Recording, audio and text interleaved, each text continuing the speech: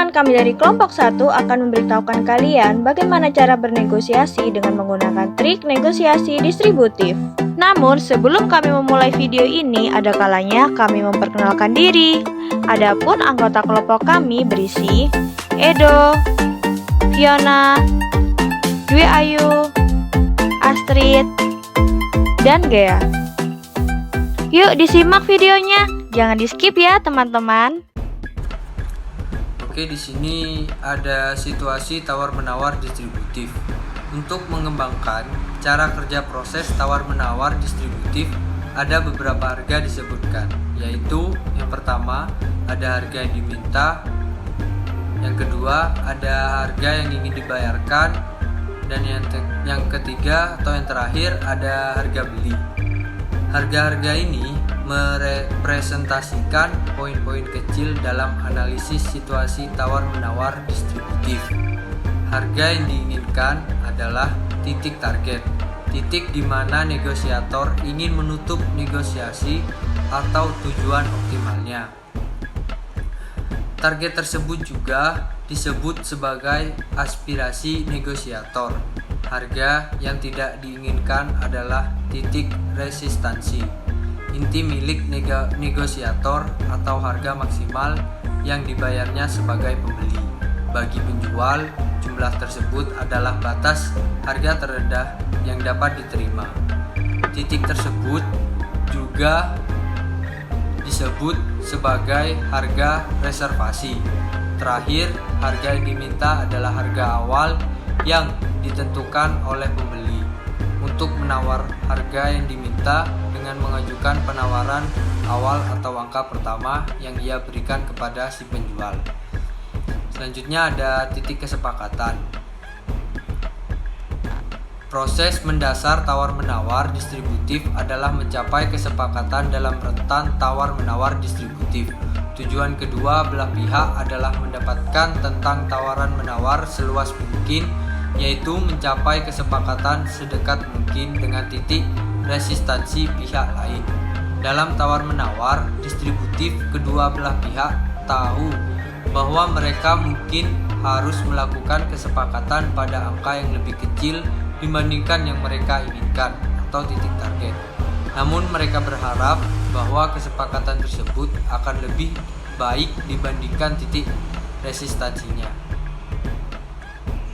Selanjutnya yang ketiga yaitu mempengaruhi titik resistensi dari pihak lain.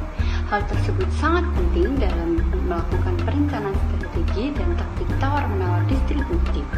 Karena dengan begitu kita dapat mencari tahu titik resistensi dari pihak lain dan mengetahui hubungan titik resistensi tersebut terhadap titik resistensi yang telah kita tetapkan. Titik resistensi ditetapkan dengan nilai yang diharapkan dari hasil tertentu. Titik resistensi tidak boleh diubah tanpa melakukan pertimbangan yang matang, karena titik resistensi memainkan peranan penting bagi menentukan batasan negosiasi, kecuali jika terdapat alasan yang objektif dan dengan pertimbangan yang matang, maka titik resistensi dapat diubah. Selanjutnya yaitu posisi-posisi yang diambil selama negosiasi.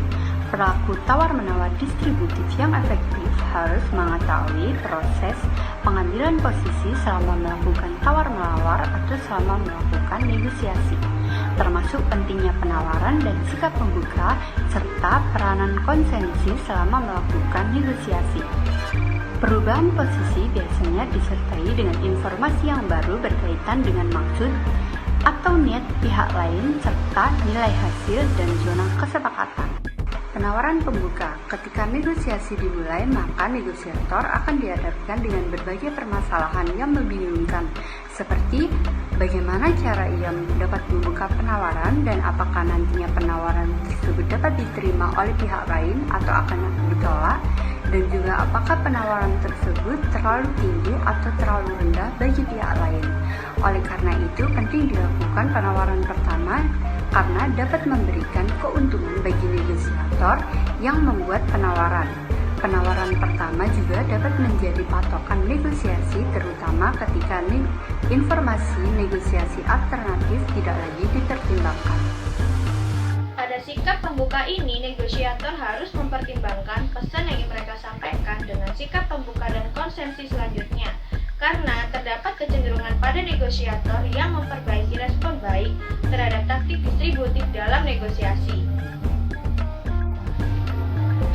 Konsepsi awal adalah elemen dalam memulai negosiasi yang dapat digunakan oleh kedua belah pihak dalam mengomunikasikan cara bernegosiasi. Konsepsi awal yang kecil menandakan posisi yang tegas, dan konsepsi awal yang masuk akal mengomunikasikan sikap dasar yang fleksibel.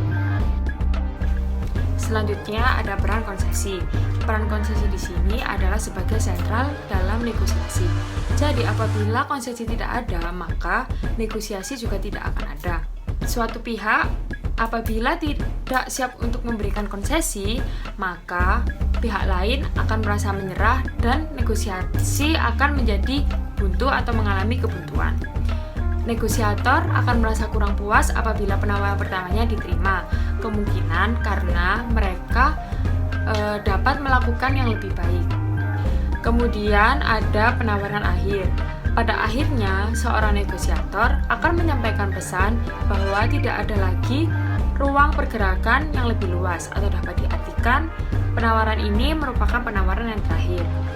Terkadang negosiator juga membiarkan keberadaan konsesi lebih jauh untuk menyampaikan pesan daripada memaksakan pihak lain.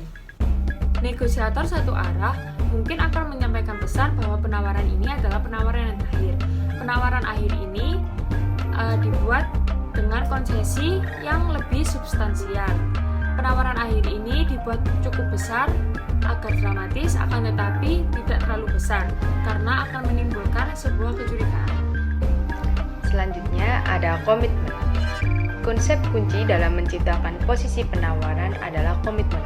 Definisi dari komitmen sendiri yaitu pengambilan posisi penawaran dengan menggunakan beberapa perjanjian eksplisit atau implisit berdasarkan tindakan dalam kondisi yang akan datang. Menurut Walton dan McCreary 1965, tujuan dari komitmen adalah menghilangkan ambiguitas tentang tujuan tindakan negosiator. Lalu ada mencegah pihak lain dari prematurnya komitmen. Ketika ada pihak lain yang mencoba berkomentar, alangkah baiknya kita bisa mencegah pihak lain untuk berkomitmen. Salah satu cara untuk mencegah pihak lain membuat posisi berkomitmen adalah dengan menolaknya pada waktu yang dibutuhkan. Pendekatan lainnya dengan cara mengacuhkan atau mengecilkan ancaman dengan tidak mengetahui komitmen apa yang dia sebutkan. Yang terakhir adalah menutup kesepakatan. Setelah bernegosiasi dalam periode waktu dan belajar kebutuhan pihak lain, posisi dan terkadang titik perlawanan ataupun tantangan berikutnya untuk negosiator yaitu menutup kesepakatan.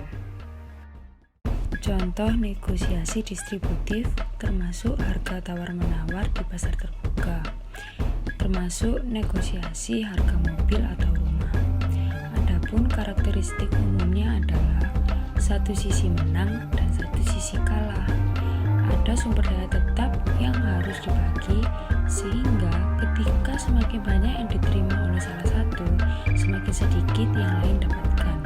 Kepentingan satu orang bertentangan dengan kepentingan orang lain.